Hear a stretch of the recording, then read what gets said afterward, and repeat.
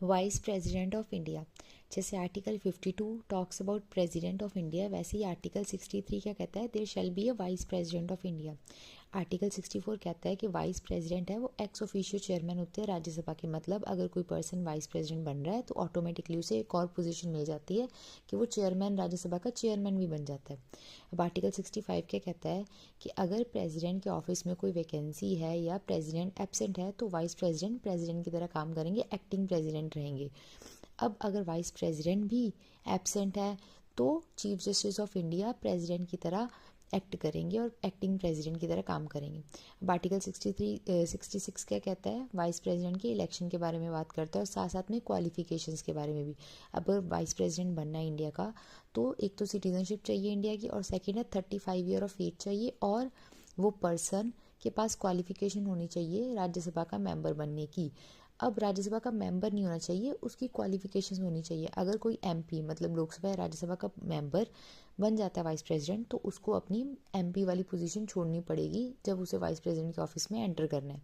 अब article 66 election के बारे में भी बात करता है। वाइस प्रेसिडेंट के इलेक्शन में कौन पार्ट लेता है, एक तो इनडायरेक्ट इलेक्शन होते हैं, मतलब हम इलेक्ट नहीं करते, रैदर कौन इलेक्ट करता है, एमपीज इलेक्ट करते हैं। मतलब दोनों घरों के मेंबर, पार्लियामेंट के बोथ हाउसेस के मेंबर इलेक्टेड हैं या नॉमिनेटेड हैं।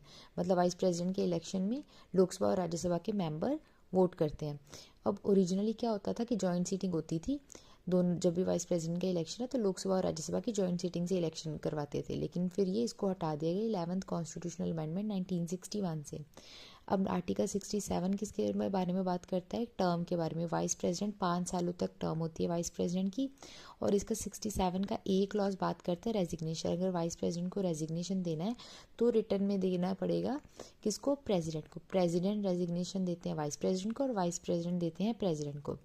अब 67B किसके बारे में बात करता है, रिमूवल के बारे में। अब वाइस प्रेसिडेंट को रिमूव करना है तो अब अगर प्रेसिडेंट को रिमूव करना होता है तो वो जो रेजोल्यूशन होती है वो लोकसभा या राज्यसभा किसी में भी शुरू कर सकते हैं, लेकिन जब वाइस प्रेसिडेंट को रिमूव करना है तो उनको रिमूव करने का जो स्टार्ट प्रोसेस है, रेजोल्यूशन है, वो सिर्फ और सिर्फ राज्यसभा में ही शुरू कर सकते हैं।